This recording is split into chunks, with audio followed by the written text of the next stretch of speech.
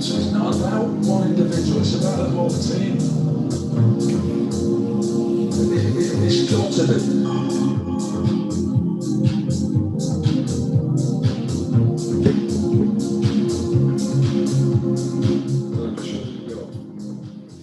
Thanks again to Jamie for letting us use that viral Mick McCarthy mix. We are the Premium FPL podcast at premium_FPL on Twitter.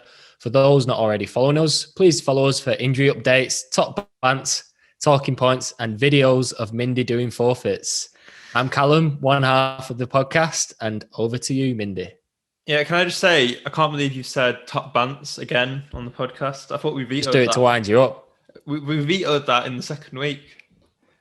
But yeah, no forfeit this week. Thankfully, it's monthly. But I was just saying before I came on, I can just feel the third month coming. It's coming to me again. I can feel it after taking Salah out. But yeah, we'll get into all that. How are you doing? Yeah, good. I thought we'd loosen up a bit this week because you've been a bit shy on the podcast recently, haven't you, Mindy? I've not been shy. My microphone's been shit. I'm hoping the microphone's better today. I've fiddled with some settings. Unfortunately, people might be able to hear your advice now. And yeah, we're both. You're on the beer, which made me think I need to get one as well. So yeah, if we sound a bit more out there than usual, it's probably because we're both pissed. I heard you talking about minimal gluten levels in Corona, and I thought, fuck me, I'm gonna have to get a beer. We'll suffer through this sort of chat for an hour. And yeah, that's what you were plotting beforehand then. Shall we any things to talk about before we get started? Housekeeping. Friday deadline, actually. Yeah, what is it? Tell people, like, a few weeks ago, Josh, who regularly sends in questions, my flatmate, he was at IKEA, famously missed the deadline. You don't be like Josh. Get your team set Friday afternoon on your lunch break. Yeah, it's 6:30 this week, so he's got an extra hour and a half. It's an 8 o'clock. There's no 6 o'clock, which makes it a bit easier. Hopefully as well, this podcast will be on YouTube. I know we tried last week with some audio difficulties, but that is the aim. And once we're on there, the only way is up, right, Mindy? Those audio difficulties were your end. Like, I just want to clarify. Yeah. Not all the audio issues are me. What else? Thanks to the people who've done the iTunes reviews since we asked again last week. Still not getting anybody's names, so we can't put you in for the prize without your name. So yeah, leave a name or a nickname or something. And the league code for the prize league again is VEAFYU. So via fuck you to remember it. That's how I remember it anyway. Have you got a bet on how many swear words you're going to say tonight? What? That's the first one. Was it? I might have said shit before for shit chat actually. Well, we've got 3 now. Just have a sip of your beer for every swear word and see how you get on. Intoxicated. Right. I'll go through what we're talking about this week. So even though we only did it last week, we're going to go over the whole City versus Spurs fixture swing and the form versus fixtures debate. And then Salah and Jota, like, what are people doing? Some people have got rid of Salah after his COVID test and he's back already. And Diogo Jota doesn't look to be going away and he's so cheap. So are people going to be maybe going him instead of Salah or doubling up? So yeah, we'll talk about that. And then in terms of whipping boys, Operation Target Fulham for captaincy. Can we do that the next few weeks? Because Fulham's fixtures look ideal for sort of moving around captains just to target their defence. And then the regular premium planning segment, looking at what we're doing with the most expensive players in the team and looking at who our captains will be for the next 3 or 4 weeks so we can plan our fixtures accordingly. But yeah, that's the running order. Should we start with how our last weeks were? As ever, I'll let you go first. Did you mention that we're recording Wednesday just before the Liverpool game's finished? So, any late COVID or injury news post Wednesday? I know the Europa League, so just bear that in mind. If we say something that's out of date, or Mindy can backtrack and say, it's out of date when he gives bad advice. So last week, I got 76 points, another nice green arrow up to 165,000 in the world, which is a nice little push just before Christmas. How about you, Mindy? Sorry, I'm just recovering from the dig about backtracking from the U-turner. I'm just took a bit of time to process that. So I had 70 points and I used 2 free transfers. So I took out. Who did I take out first? I took out someone for Fernandez. Who was that? I can't even remember the moment I did. I forgot. I'll go through my transfers as well once you've done yours. And I did Salah to De Bruyne. So up until Friday, I'd only brought Fernandez in with 1 free transfer, and then I just started to think about more and more about what happens if Salah's gone for 2 weeks, and we're unsure, and everyone's going to be getting in a City player this week anyway. So why don't I just get on De Bruyne now? But after De Bruyne blanked, and it looks like Salah is only out 1 week, probably not the best decision, because now I don't know if you can hear that. Can you hear this now? Yes. That's the sound of my knee shaking from not having Salah again. So I'm already just preoccupied with what my next moves are to get him back. So probably shows I should have just used 1 free transfer and kept 1 in the bank. But it's always tempting when you've got 2 free to sort of use them both, especially if one of the players is a 12 million player on your bench. So 70 points, can't complain. If I got that most weeks, I'd be over the moon. So Fernandez is probably the story, but we'll talk about him in a second. What were your transfers then? Yeah, so I brought in Bruno, like yourself, in for Trossard, and to fund that, I took out Kane for Bamford, and then Kane had another stellar performance, but he only had 1 assist, so it'll be interesting to see going forward. Obviously, we'll talk about it, but whether Son is the FPL guy. I know Kane will tear it up most weeks, but he's almost playing deeper, especially against the big teams when they've got a tougher run now. Maybe Son's the guy who's playing further forward and is the source of FPL points. It'd be interesting to see how that pans out. Yeah, it's a tricky one to call that, because you kind of feel you don't want both with this run, but we'll talk more in detail on that in a bit. So what was going through your head? Were you watching United live at the weekend, or? No, it's one game that I didn't actually watch, because I think Saturday I watched every game up until then, and then by the time United come around, I was with my girlfriend and she didn't let me watch the last game. So, all right, it's supposed to be an upbeat podcast. This, don't turn it into a sob story. No, I'm trying to justify why I wasn't studying every match rigorously. Right. Okay. So Fernandez was. I was watching it with my flatmate Josh, both on Fernandez captain. Misses the first one, and we were just like, "What the fuck? Oh my god, I've sworn again." Sip your beer, and then he gets called back, takes it again, goes in, and it was just a massive relief, 3 bonus points. But I think overall, there was a lot of people saying it was a lucky week for people who captained Fernandez, but there was 2. Yeah, I don't buy into that though. He had his key chances were the highest out of any player that weekend. Yeah, there was 2. So I was just going to say there was 2 chances for Martial, one for Martial, one for Rashford, where Johnston pulled out 2 worldy saves, which pretty much any other week, one of those goes in. So I think it was unlucky not to get a goal and an assist out of him. I think the lucky part was generally for United that the penalty at the other end wasn't given, because Fernandez took out I can't remember which player, but a Fulham player in the box, and somehow VAR overturned that. Not quite sure what was going on there, but I don't think his points were lucky, because he just gets points. 30. I think it's 36 returns in 35 games now since he's been at United. So more than one attacking return a game, and he gives away penalties as well sometimes. Admittedly, more in the Champions League, letting Rashford take one or two. Hopefully, he doesn't do that in the Premier League now that he's in our teams. So yeah, I mean, some people will be taking Fernandes straight back out for Salah, but I don't think I'm going to be doing that. I want to keep him for Southampton away. Are you holding him for a bit?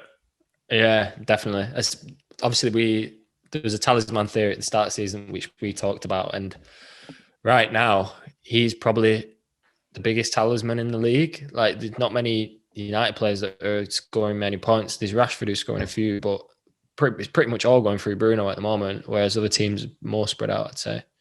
And yeah, like not everyone buys into the whole home versus away thing anymore. But since he's been in the league, he's statistically performed better away. So taking him out before 2 away games, especially against Southampton, which is the team, I think we beat Southampton 4-0 when Fernandes was with us last year. So I just don't want to do that. Maybe in a couple of weeks, I'll get rid of him before we play you lot. And then reassess after that. Invest in the United defence when you play us. What about rank? What's your rank now? So without bragging, at the moment it's 165k. So looking to break into the top 100 over Christmas, hopefully. Right. I'll ask about you. Can you? Have you got enough time to say it in the podcast? It's a lot of numbers, isn't it? 2,200,000. So yeah, I'm going up slightly every week, but it's just not by a great deal. But yeah, I guess keep chipping away at it. So what's your overall points? What number are you on? So I'm on 570 at the moment. Okay, so yeah, I'm a good like 90 points behind. So yeah, it's going to take a while of me. I'm going to need a few good weeks over you before I get back close. I think the only hope at the moment is to somehow wing a month win, but other than that, probably most you can ask for at the moment. Yeah, speaking of which, actually, we should just quickly mention. Somehow it's the end of this month nearly already. We're thinking of for the next forfeit. So for any new listeners, every month we do a forfeit whoever had the lowest points. Both months so far it's been me, and I think it's looking like me again. There's only 5 points in it, to be fair. Yeah, but you've got Salah and I haven't. Right. Anyway, so far I've been slapped by a fish, and I've done the cinnamon challenge in public with some girls laughing at me in the street, which I thought wouldn't be worse, but it was worse. So for December, if anyone's got any ideas for forfeits that kind of have some sort of winter or Christmas sort of theme, we've had an early one, but it's waxing a chest. It's not quite Christmas themed, but we might save that one for later. Waxing, but I don't know how I feel about that. Could we put out like a clip of us getting our chest waxed all over the internet? Like, some people are into that kind of thing, aren't they? Yeah, I'm not on about your OnlyFans. I'm on about on Twitter, on like our personal, on the podcast Twitter page. It's one way to get the people engaged.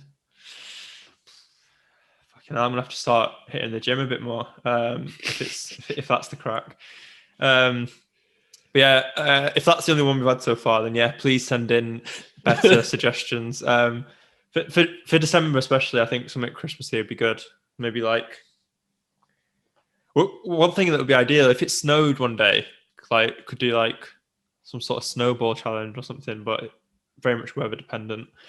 Yeah, snowboard. Who do you think you are? Snowball, like. Oh, I thought you said snowboarding. Nah. That's enough about how we did last week. Unless you've got anything else to say. Is there anything No, anything that stood out, like talking point wise, else from last week? One thing I just wanted to mention was from watching highlights, it did look like people who had Werner were unlucky to only get an assist. I think.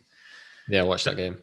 There was a goal. Was there a goal disallowed? Yeah, and he bottled it. It was through on goal and did some dreadful past to Ziyech. So Ziyech owners were quite unlucky as well. So yeah, that's one thing I sort of noticed with him when I used to watch the odd game when he was at Leipzig. You need a lot of chances to score, but yeah, I don't know. I think you are. He's not one to get rid of. I don't think he will. If Chelsea keep playing on it, he's got a haul coming, hasn't he? Yeah, definitely. And I might be biased because I've just brought him in, but Patrick Bamford at the weekend as well. I think he had 3 or 4 gilt edge opportunities, which he seemed to spurn. Yeah, it was ridiculous. So I think against Arsenal, Leeds had again, I can't remember if it was 25 or 26 shots. Yeah, I wouldn't be surprised if a quarter of those were Bamford's. And it's just... Yeah, even Dallas. I think Dallas had 3 shots. Yeah. And he was playing midfield, so that's one to keep an eye on if you've got him as well. It's just annoying with Bamford because it's kind of what everyone always says, he shoots a lot, but he doesn't score. But his chances were they were drawing good saves or hitting the post and things like that. So yeah, I'm just hoping that it turns around over the next few. We'll get into the next part of the podcast. So looking at City and Spurs again. I brought in De Bruyne a week early last week. I say a week early because it was for the Tottenham game and it's Burnley this week, which is when a lot of people are getting him in for. He did look kind of good, but then he was taking shots and he was involved in setting up things. It just didn't seem to click, though, did it, against Spurs? Even though you were creating good opportunities, none of them were sort of gilt-edged. And the fact that City has scored just one again tonight in the Champions League, I don't think there's been many games where you've scored more than one goal in the game now. So no, my problem with City at the moment is, they look good in games. If you watch the game, you'd be like, oh, they played well. It's the same against Leeds, played well. But we're scoring 1 goal, no goals. It's almost as if they seem happy just to be passing it around rather than they don't have the cutting edge at the moment, which is a bit of a concern. Hopefully that might change when Aguero comes back. But yeah, just to highlight De Bruyne, he was probably the only one who was actual driving, looking at goal, not afraid to make a mistake. Going forward, he's probably one. But then Sterling didn't play at the weekend. He only came on for 10 minutes and he looked aggressive tonight. He looked the most sharp because De Bruyne wasn't there. So I think if you're a City attacker, for sure, it's one of them two, whilst Aguero was trying to ease his way in. One of them two is if they're going to haul big, it'll be one of them two who's in amongst it, I'd say. So just to recap the Spurs fixture. So the reason that the whole City versus Spurs thing is a big talking point is the next 6 for Spurs are Chelsea away, Arsenal at home, Crystal Palace away, Liverpool away, Leicester at home, Wolves away. So they're all sort of 3, 4 or 5 on the fixture difficulty ticker thing that they have on the FPL site. And it just doesn't look like over the next 6, over those fixtures, you're not going to captain Son or Kane in those, are you? So it kind of makes holding both of them tricky if you're not going to captain either of them because it's over 20 million of your squad value. And then it's just tricky because they have been consistently getting points. They're ticking over. So it's the classic form versus fixtures debate. Do you gamble on City's fixtures and the fact that you think Spurs' points will start to decrease now they've got hard fixtures, or do you go with the form and just stick with Spurs and ignore City? I don't know. Have you got any thoughts? Yeah, up until the weekend, and still is my plan to take Son out for Kevin De Bruyne, and that'll leave him without either. But then at the weekend, obviously they beat City, but I kind of think that game suited them. And like you say, you're not going to captain either one of them. And over the next 4 or 5, you're either going to have Bruno, Salah, or KDB Stone as your captain. So kind of feels like it's a risk, but it's not as much of a risk as you think it'll be because you're not missing out on double points. There's not going to be many people who are going to captain either Son or Kane. Maybe it's a risk to go without both, but I think for me, the play is definitely have one, not two, and then the gamble is have zero. I just think, like you say, having 20 million when City's fixtures and Liverpool's fixtures are great as well. I think it's a bit of a risk to take. And if you want to try and get ahead of your mini league, when I think they're both over 50% owned, I think now's the time to take the risk. Yeah, so Son's 57% owned.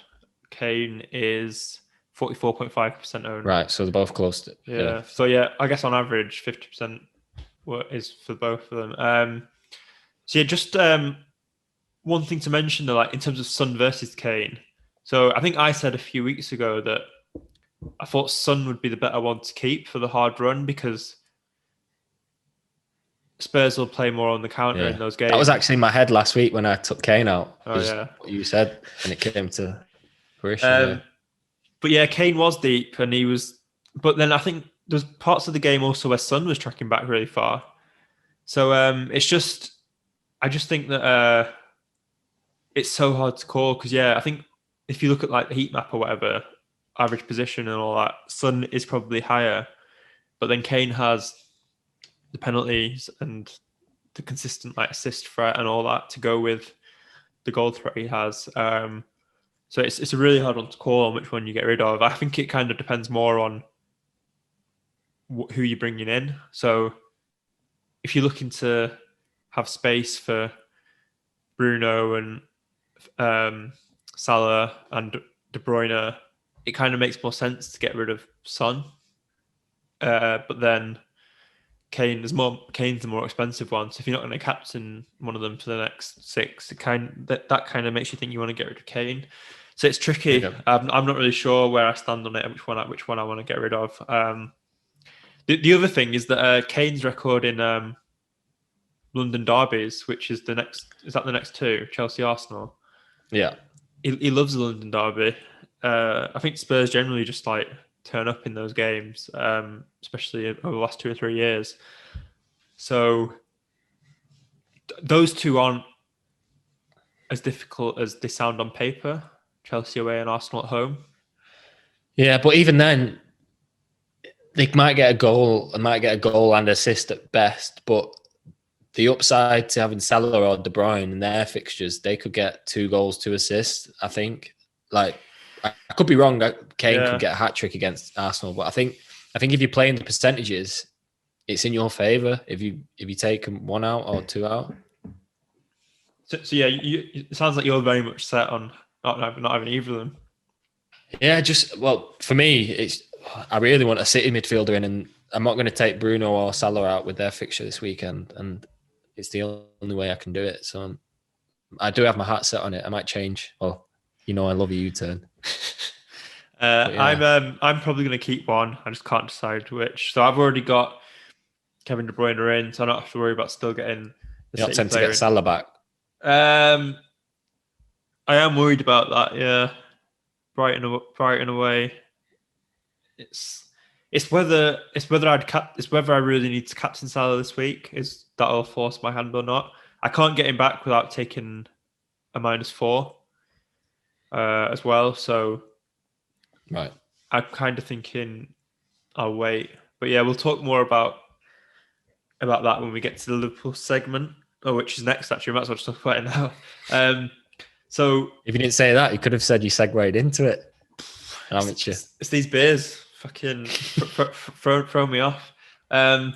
So Salah's back. What's the score at the moment in Champions League? 0-0 Liverpool at Atalanta. Sorry. Salah's started. He's still on. He's not been taken off. It'd be interesting to see how many minutes he gets. But yeah, Robertson's been rested. So that looks good for Robertson owners. Look really good at the weekend, Robbo. Yeah, I think Liverpool generally did look good at the weekend, didn't they? Yeah, it's funny. Yeah, they've lost the best player, and they're still, in my eyes, they're going to win the league quite easy. So yeah, it's interesting. I'm going to need you to talk a little bit about Jota while I plug my laptop in because it's about to die. Do you want to talk about his stats as we were talking about before we came just on? bring him up. Yeah, so obviously Jota, it's been a bit of revelation at Liverpool. It's a question of whether he's going to play every game. There's obviously that risk element with people have compared him with Phil Foden, same price, whether he's going to play as much.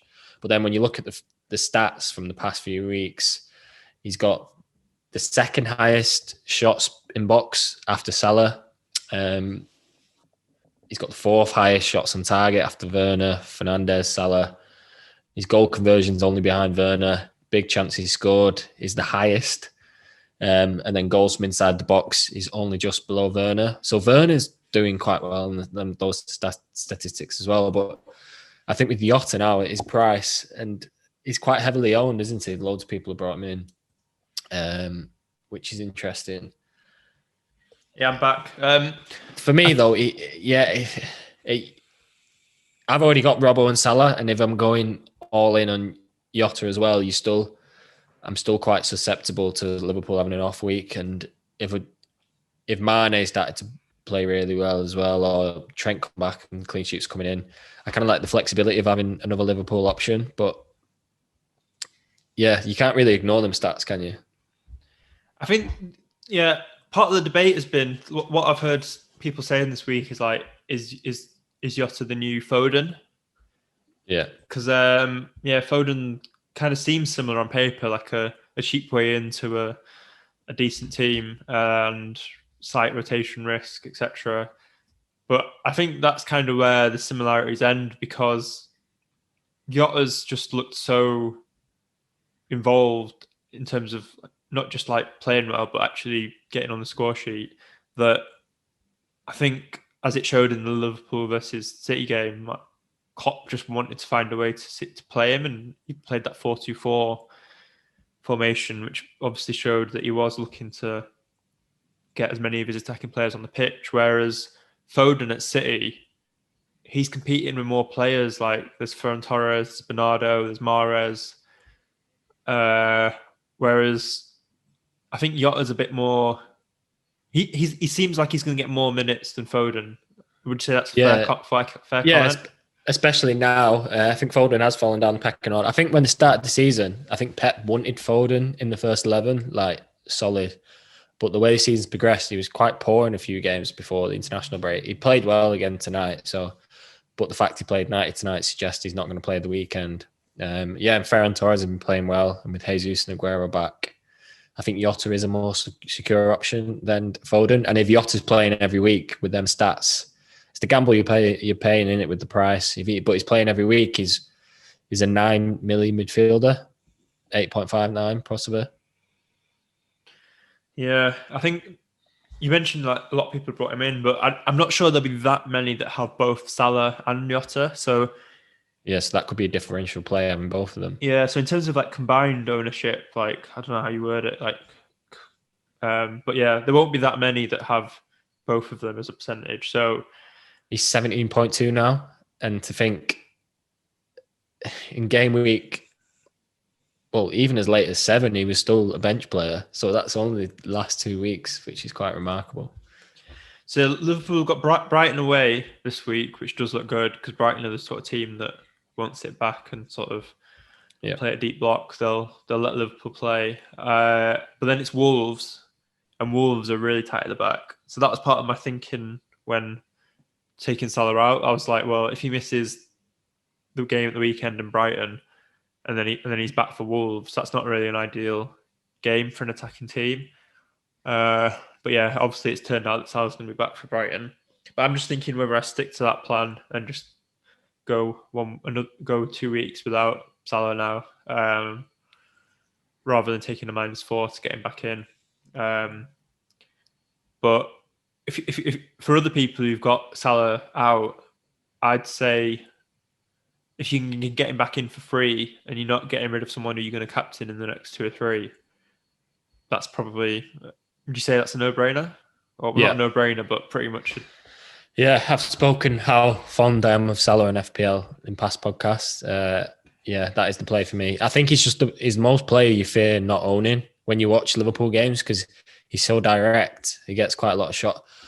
Mane is probably better footballing him, but Salah is a lot more direct. So yeah, he's probably the player you fear most about not owning. Yeah. So yeah, if you can get him back in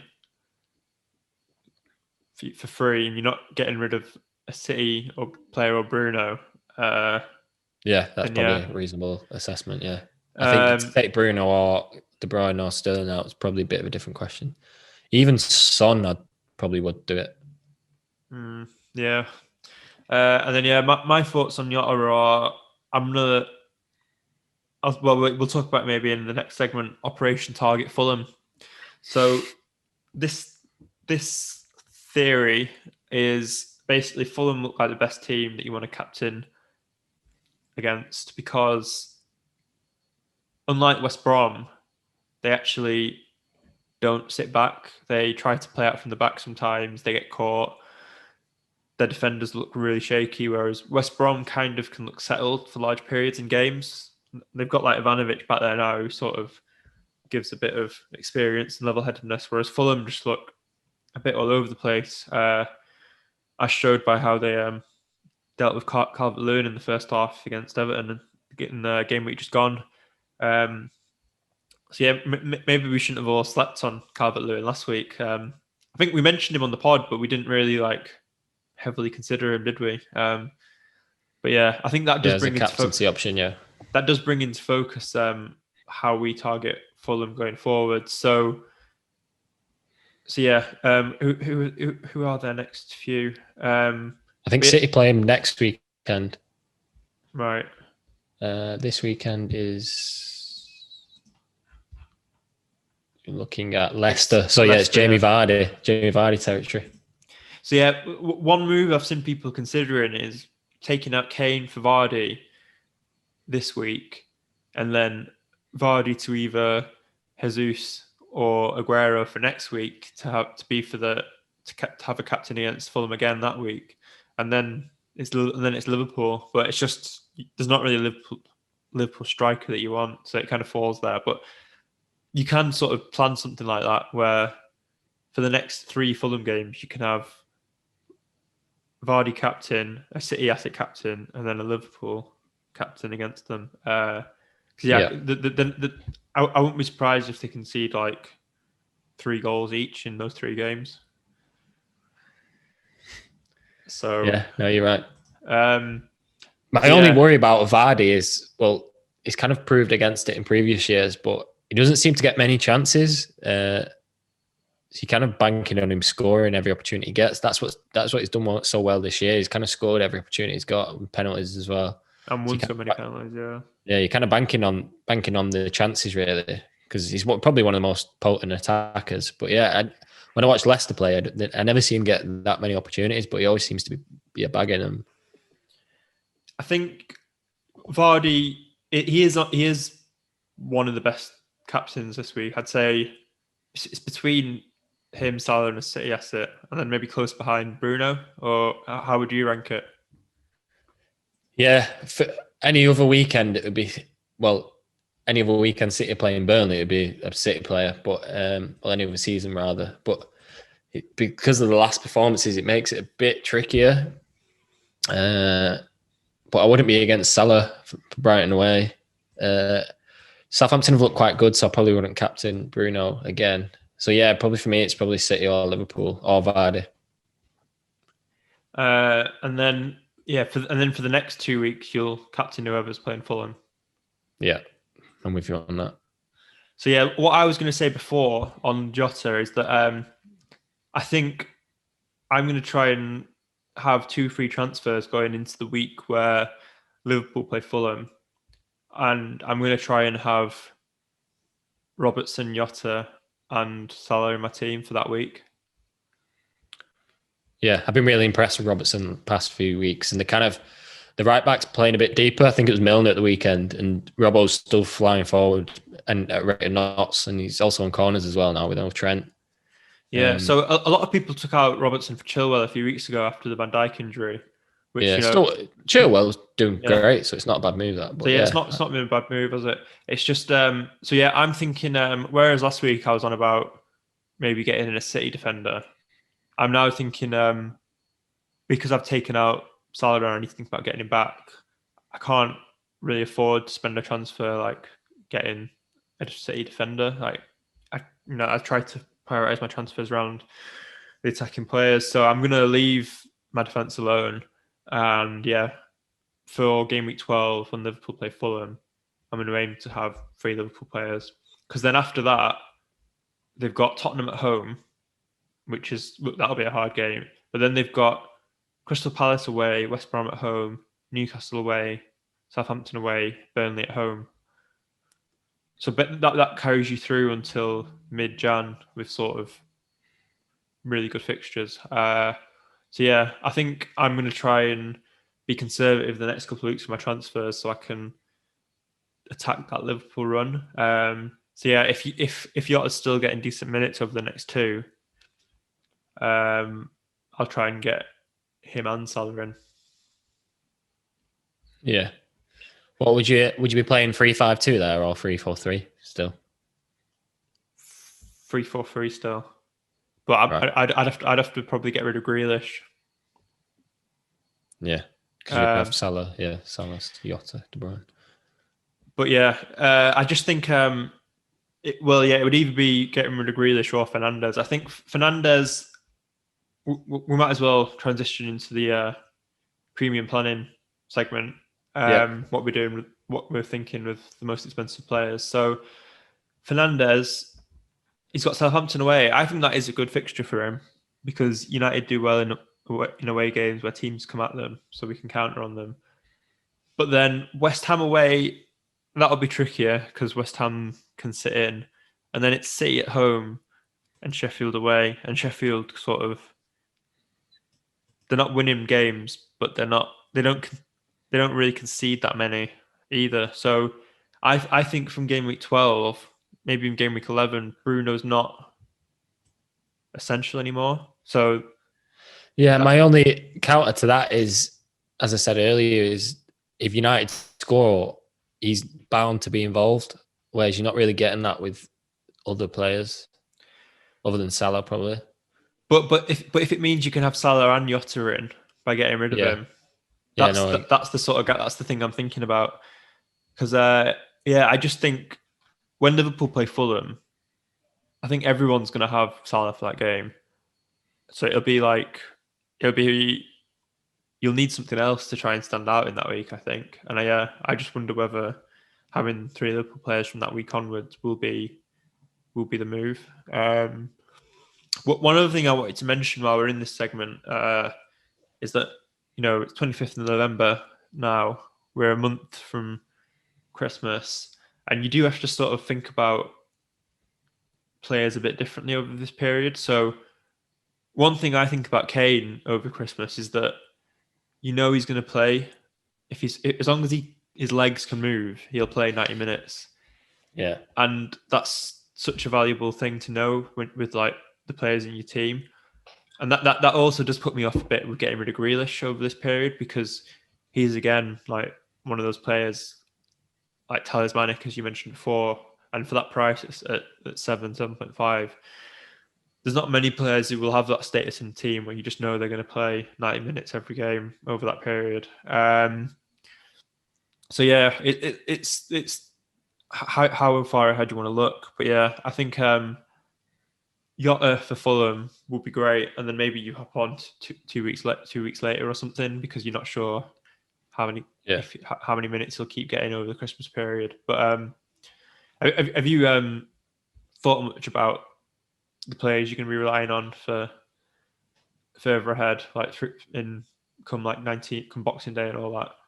No, I'm not really giving it much thought yet. My plan was to get to this week, and this week was it like an end of a 4-week plan, and I was going to do Son and either Dallas and Kyle Walker-Peters to Cancelo and De Bruyne, and then I was going to reassess after that because I've got just enough to do that. So maybe if I do make them transfers this weekend, I think that's me completely wiped in the bank, so I'll be left with nothing, and then I'll probably start to plan towards Christmas.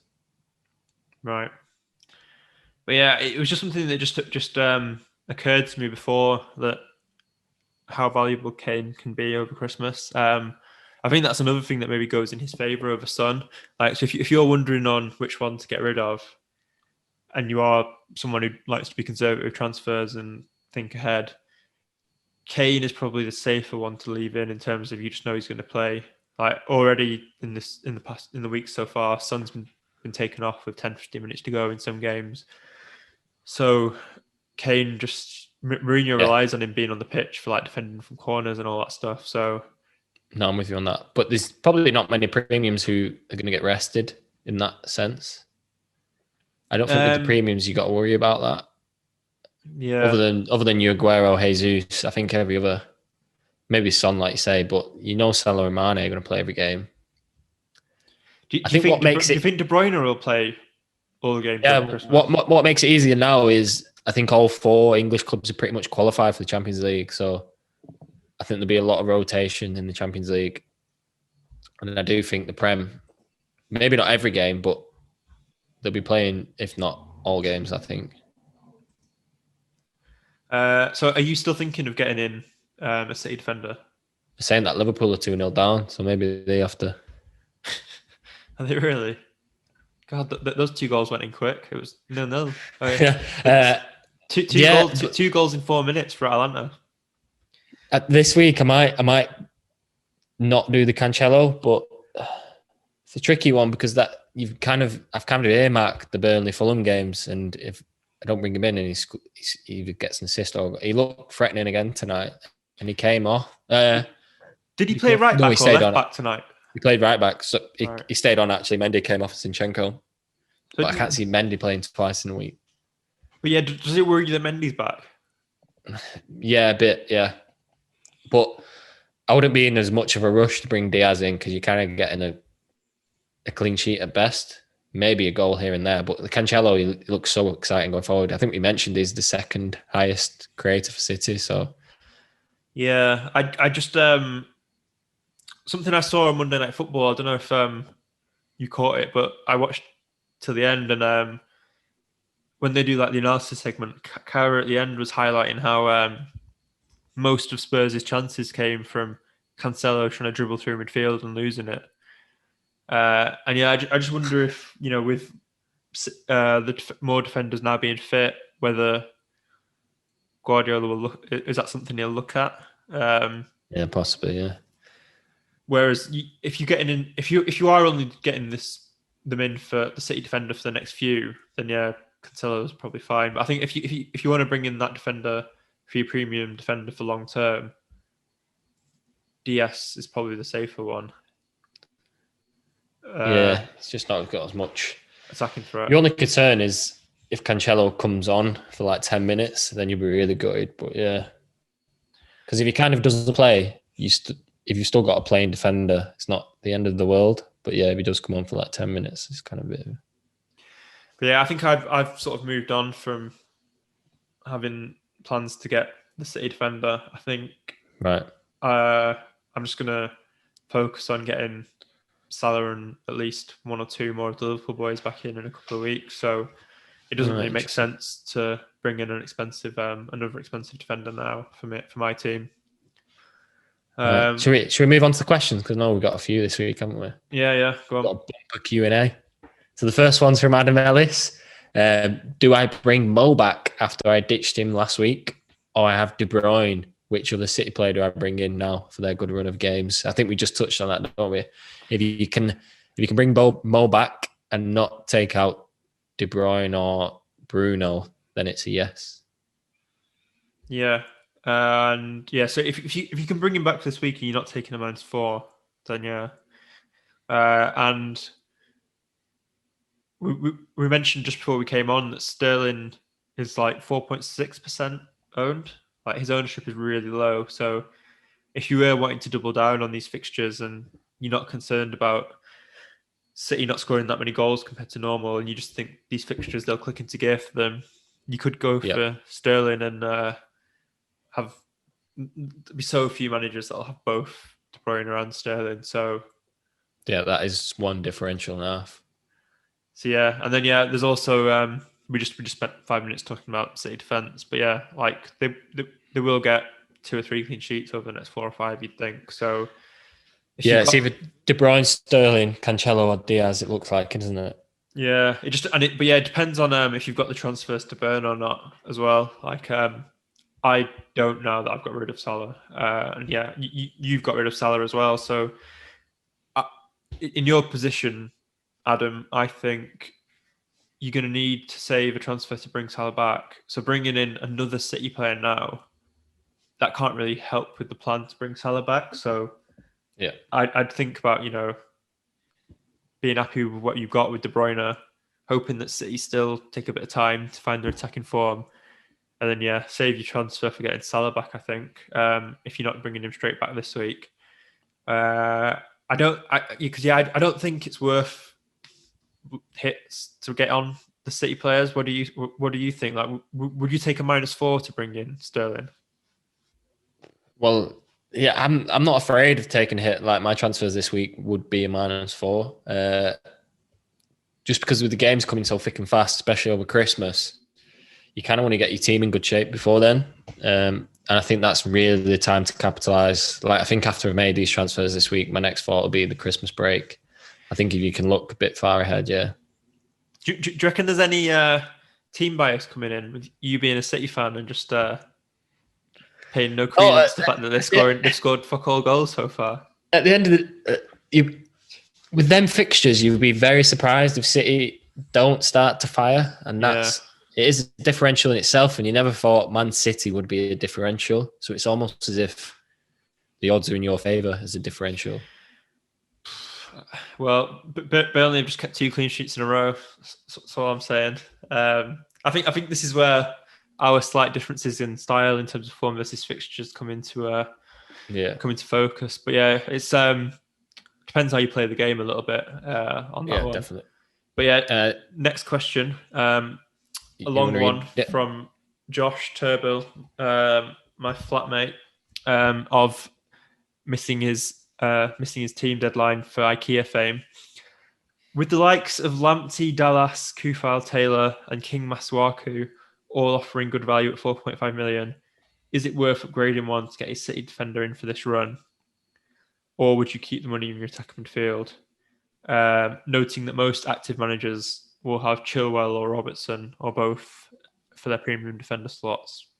So this is another one that we kind of just a lot of people in the premium segment. But a lot of people are moving on to defence, aren't they, for their team?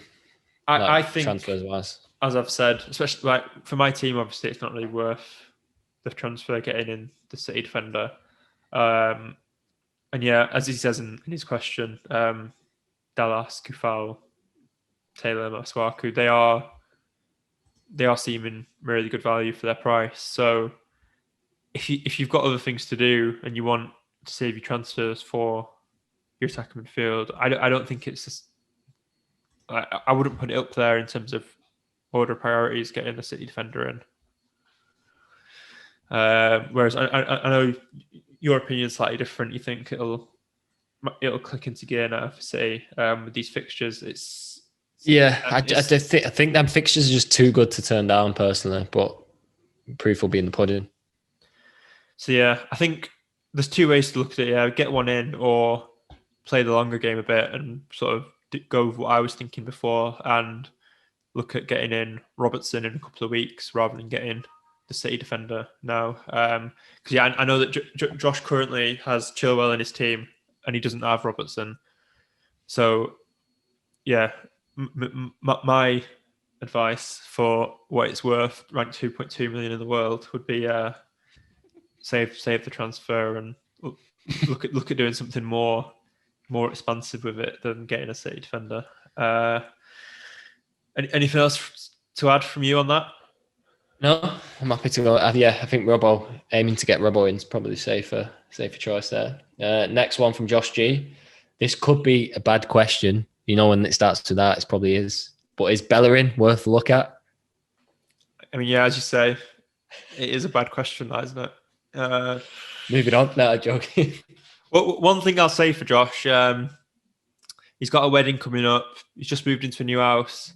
I just wonder if, pressure's all got to him and he just doesn't know his arse from his elbow anymore. That's why he's looking at Bellerin. I can't really think what else to say for him. But yeah, just to sort of try and sort of look at this question with a little bit of professionalism, I guess Arsenal, the defence has looked better this year. It's just massively been at the cost of their attacking play. I just think the thing with Bellerin though is the fixtures they're not bad, but they're not great either. So Wolves at home, Tottenham away, Burnley at home, Southampton at home, Everton away. I think Burnley at home was maybe the one where you're banking on a clean sheet from them. But Southampton, Everton, Tottenham, you'd fancy them to all maybe get a goal against Arsenal. And Bellerin, his attacking threat isn't the same as what it used to be. Like he doesn't bomb forward as much as he did when he was younger. So I'm not convinced on Bellerin as a pick. I don't know if you've got anything to add. Yeah, no, I've just looked at the points there. He is joint fourth, which I'm quite shocked at. Well, it's because Arsenal have been keeping clean sheets like in quite a few games. And I think he got an assist against United. Yeah, the question is, obviously, they've done that without scoring. And with the focus, if they're focusing on attacking in future weeks, then they're probably going to start to concede. But whether that happens or not, I don't think I'll be going with Bellerin just because Robbo and Chilwell are such standout options at the moment. And you either go with a City player on top of that or you're looking at 4.5 really. Yeah, one defender to mention actually is Pereira of Leicester. So he played 60 minutes with Leicester's under 23 development squad or whatever they call it this week. So he's on the way back. So he looks like he'll be back in the first team for mid-December. So he's always been a great asset in the past. Just so much assist threat and just bombs forward all the time. Definitely. So yeah, if you can wait, I'd wait for Robertson or Pereira. So I'm just looking at his team now. Actually, Josh's team, he doesn't have Chilwell either. So yeah, I'd forget Bellerin. Look at one of the other defenders. I think maybe do something in attack and then get Robertson in a few weeks. Get Robertson or Pereira in a few weeks. And was there anything else? Oh yeah, we've got one more. Oh no.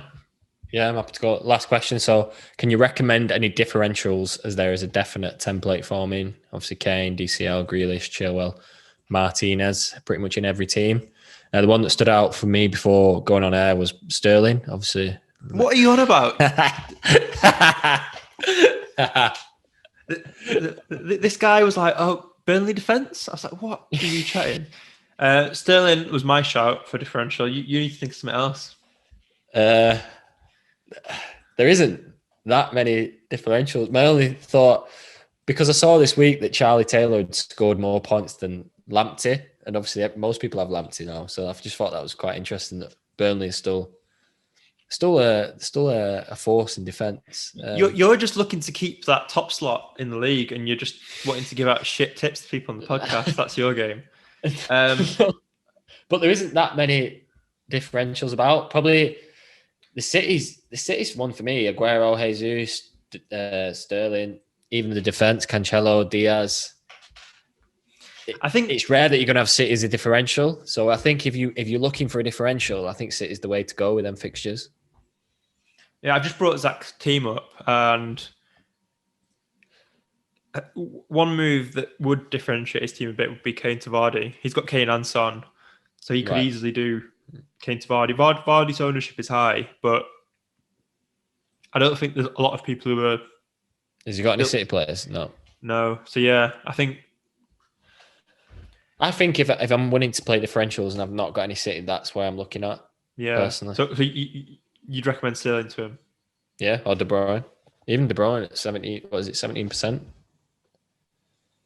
Yeah. Which he was owned by over 50 last year. Yeah, I think to make that call, you need to map out like who you want your captain to be for the next 3 weeks, because Vardy's fixtures are decent, but then City have Fulham at home the week after next. So if you've got no City player and you really want to have that player in for next week, for not next week, the week after next, maybe you can't go Vardy. But if you're willing to forego that and you want more of a differential in terms of who to captain for the next few, you could easily captain Vardy the next few with the games he's got. So yeah, probably one of those two. In terms of lower owned players, yeah, like you say, there's not anyone sort of. There's not many striking out at me, to be honest. I've seen a few people talking about Che Adams, because I think some people are looking to take Kane down to a really cheap attacker, a cheap striker, and then move all the money into midfield. But yeah, as Zach's playing a 3-5-2, I don't think he'll be doing that.